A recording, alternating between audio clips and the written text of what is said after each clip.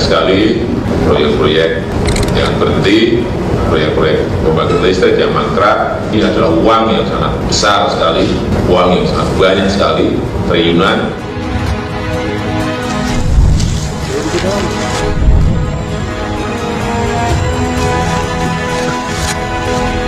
Tapi inilah kondisinya yang ingin saya lihat. Ini habis berapa ratus miliar, kemudian keadaannya seperti ini. Ini ada di 34 titik.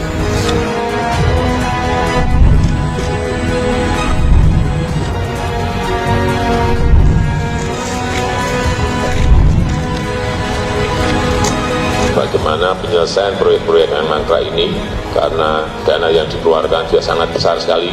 Ini sudah menyangkut angka yang triliunan, dan ini tidak boleh dibiarkan.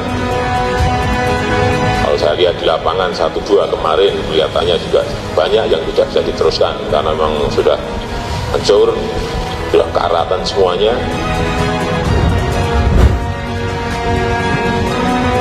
Mangkraknya pembangunan Hambalang itu terjadinya di zaman Pak SBY. Jadi jangan sampai uang 2,5 triliun milik rakyat ini kemudian hanya menjadi candi Hambalang. Kalau proyek Hambalang itu terhenti, jangan dikaitkan dengan Partai Demokrat dan SBY. Ketika SBY disebut sebagai Bapak Mangkrak Nasional, Halo Bapak SBY. Bapak SBY nonton TV nggak? Ini soal Hambalang ya? Jangan. Hambalang jelas nggak ada apa-apa. persoalan proyek mangkrak sangatlah lekat dengan Presiden RI ke-6 Susilo Bambang Yudhoyono atau SBY. Bukan hanya meninggalkan hutang yang sangat besar, namun dari fakta lapangan, kita mengetahui bahwa selama 10 tahun berkuasa, SBY telah meninggalkan begitu banyak prasasti sejarah berupa proyek-proyek mangkrak yang merugikan rakyat dan juga negara. Salah satu yang paling diingat dan tak pernah habis menjadi buah bibir masyarakat Indonesia, yakni proyek pembangunan Pusat Pendidikan Pelatihan dan Sekolah Olahraga Nasional di Hambalang, Bogor, Jawa Barat, atau yang biasa disebut dengan Proyek Mangkrak Hambalang, di mana proyek ini digadang-gadang bakal menjadi pusat pelatihan olahraga bertaraf internasional. Namun belum genap 1 tahun pembangunannya, proyek yang menyedot anggaran hingga 2,5 triliun ini terpaksa harus dihentikan karena Komisi Pemberantasan Korupsi atau KPK melihat adanya praktik korupsi yang dilakukan sejumlah pihak, mulai dari mantan Menteri Pendidikan dan Olahraga era SBY sendiri, yakni Andi Malarangeng, sejumlah elit partai, hingga yang sedang ramai dibicarakan, yakni keterlibatan putra bungsu SBY, Edi Baskoro atau Ibas, dalam proyek Hambalang yang tidak tersentuh hukum. Ada juga uang itu yang diserahkan di Kempenski $450.000 ke Mas Ibas. Padahal menurut saya Pak SBY itu saksi fakta yang penting, juga Mas Ibas. Kesan saya juga sama dalam kasus Bank Senturi. Parahnya lagi, kasus korupsi ini telah merugikan negara dengan total kerugian mencapai 706 miliar rupiah. Bahkan, Badan Pemeriksa Keuangan atau BPK juga menemukan adanya pembayaran atas proyek Hambalang yang dimarkup hingga 514 miliar rupiah. Tak hanya merugikan negara, proyek Hambalang yang dicanangkan oleh SBY ini disebut-sebut sebagai awal mula kejatuhan Partai Demokrat. Hal tersebut diungkapkan oleh kubu kontra kepemimpinan AHY, yang tak lain ialah kubu KLB Deli Serdang. Namun di sisi lain, mereka memberi dukungan kepada Presiden Joko Widodo yang mengambil sikap untuk melanjutkan pembangunan proyek Mangkrak Hambalang. Tempat inilah, proyek inilah adalah salah satu bagian yang merontokkan elektabilitas Partai Demokrat ketika peristiwa-peristiwa itu terjadi. Mangkraknya pembangunan Hambalang itu terjadinya di zaman Pak SBY, dan kita mengharapkan Pak Jokowi menyelesaikan pembangunan yang mangkrak itu. Karena ini tanggung jawab rakyat dan juga tanggung jawab Partai Demokrat. Diketahui, Presiden Jokowi memang telah memutuskan untuk meneruskan proyek Hambalang, di mana rencana untuk kembali mengoperasikan Hambalang sudah tercantum dalam agenda besar desain olahraga nasional. Kami segera menyusun desain besar tentang olahraga nasional dengan kerjasama bersama-sama stakeholder lainnya. Nanti juga kita sedang mempertimbangkan untuk bisa melihat Hambalang menjadi tempat untuk sentra atlet senior dan atlet kita. Bukan cuma Hambalang yang memiliki nasib menjadi proyek mangkrak peninggalan SBY. Jokowi juga dipusingkan dengan banyaknya proyek-proyek yang belum selesai digarap.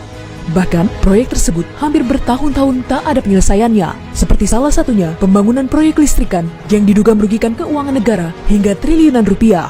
Dugaan kerugian ini muncul dari temuan BPKP alias Badan Pengawasan Keuangan dan Pembangunan. Hal tersebut kemudian dilaporkan oleh Mensesnek Pratikno dan Sekretaris Kabinet Pramono Anung kepada Presiden Jokowi yang saat itu baru menjabat 2 tahun dengan puluhan proyek yang kala itu sedang berjalan dan sudah banyak yang rampung.